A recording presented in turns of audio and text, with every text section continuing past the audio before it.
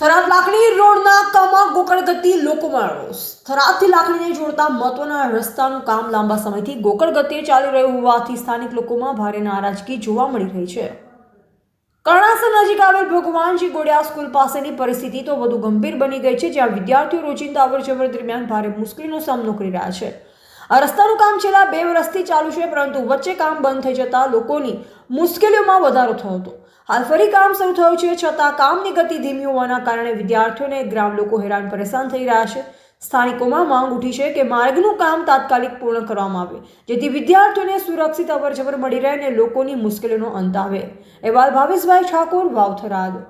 કેવું નથી, આ કોન્ટ્રાક્ટર 2-2.5 વર્ષથી કામ ચાલે રહ્યું છે, હજુ સુધી કામ થયું નથી. બરોબર, સવારના વહેલા અમે તો આવીએ તો અમારા ધૂળ બીજું ભરાઈ જાય અને અમારા છોકરા આજ ભણવાય હોય મૂકેલા નથી સ્કૂલે. આ સામે છે સ્કૂલ, બરોબર. અને આ રીતે આટલું કામ ઢીલું કરશે તો જે વસ્તુ અવર જવર જો નુકસાનકારક થશે એની જવાબદારી કોણ લેશે? અમારા ખાસ આગેવાન અને આ ગામ વડીલો બધાએ થઈ અને ભેગા થઈ અને સાહેબ શ્રી પણ હમણાં આવશે, આચાર્ય સર, અને આવી અને આ બધું આ વસ્તુનું કહેશે. કારણ કે આ તકલીફ વારે ઘડીએ આવી અને હું પરમ દિવસે પણ બાઇક લઈને પડી ગયો હતો મારા ખેતર આગળ. અચાનક ખાડો એવો પડ્યો હતો, એવો અંદર પડી ગયો, બરોબર. અને રોજ એક્સિડન્ટ થાય. આજ મારા છોકરાને ભણવા હું મૂકવા નથી આવ્યો સ્કૂલે. સાહેબ જલ્દી આ કામ ફટાફટ પટવું જોઈએ. શું નામ આપનું? મહેન્દ્રભાઈ બાબુભાઈ, ગામ પ્રાથમિક શાળા છે ભગવાનજી ગોળિયા, જે ડીસા હાઈવે ઉપર આવેલી છે અને રોડની એકદમ અડીને આવેલી છે.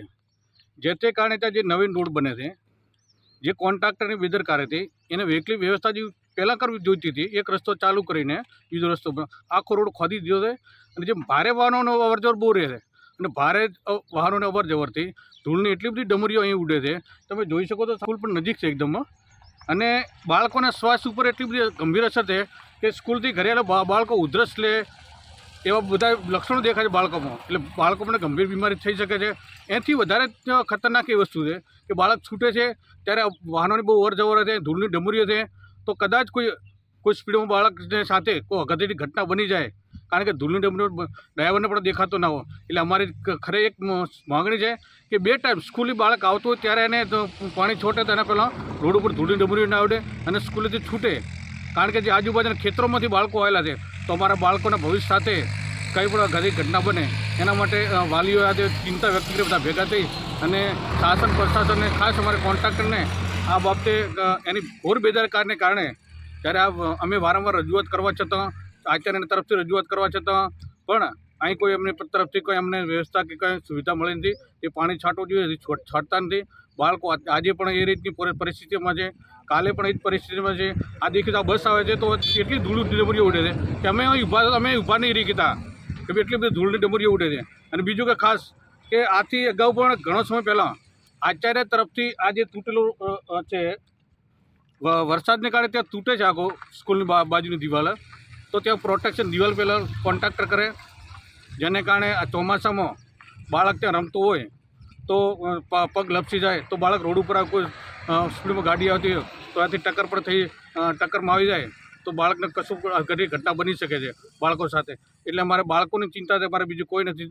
ફક્ત કોન્ટ્રાક્ટરમાં રજૂઆત છે કે જો તમે હજુ પણ કાલે બેદરકાર તમે કલેક્ટરને રજૂઆત કરવાના હતા, કલેક્ટરને રજૂઆત કરવા ન છતાંય જો તમે આ કસૂરને ધ્યાન નહીં દોરો તો અમે વાલીઓ પણ આ રસ્તા ઉપર આવી અને બેસી જાશો, વાહનોને ચાલવા નહીં દઈએ.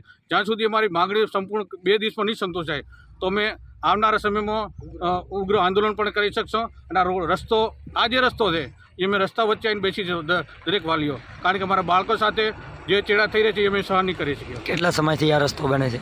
આ રસ્તો તો 1 વર્ષથી બની રહ્યો છે, પણ કાયમ આ જ પરિસ્થિતિ છે. કોઈ વીકલી વ્યવસ્થા બની નથી. આ બંને સાઈડ એક જ સેમ પ્રકારની બને છે. ખરેખર કોન્ટ્રાક્ટરને એવું હોય કે એક રસ્તો વીકલી વ્યવસ્થા પહેલાં કરવી પડે. કોઈ ઇમરજન્સી 108 હોય કે ઇમરજન્સી કોઈ ગાડી ચલાવવા માટે કોઈ વીકલી વ્યવસ્થા એવી કોઈ કરી નથી. ફક્ત આખો રસ્તો ખોદી નાખ્યો છે. આપનું નામ? પ્રવીણભાઈ વરણ. મારું નામ બબુલાલ રામજીભાઈ આસલ, ભગવાનજી ગોળિયા આચાર્ય. અમારી શાળાને દરવાજા આગળ જે ડીસા હાઈવે ચાલે છે ત્યાં આગળ 2 વર્ષથી કામ ચાલુ હતું અને ફરીથી કામ ચાલુ થયું છે. એ ચાથી ધૂળ પણ ઉડે છે, બાળકોના સ્વાસ્થ્ય માટે કરતા છે અને શાળા આવેલી છે. અને જે સવારે બાળકો આવતા ને બાળકો જતા બંને ટાઈમે ધૂળ ઉડે છે અને અકસ્માત થવાનો પણ ભયભીત રહેલો છે.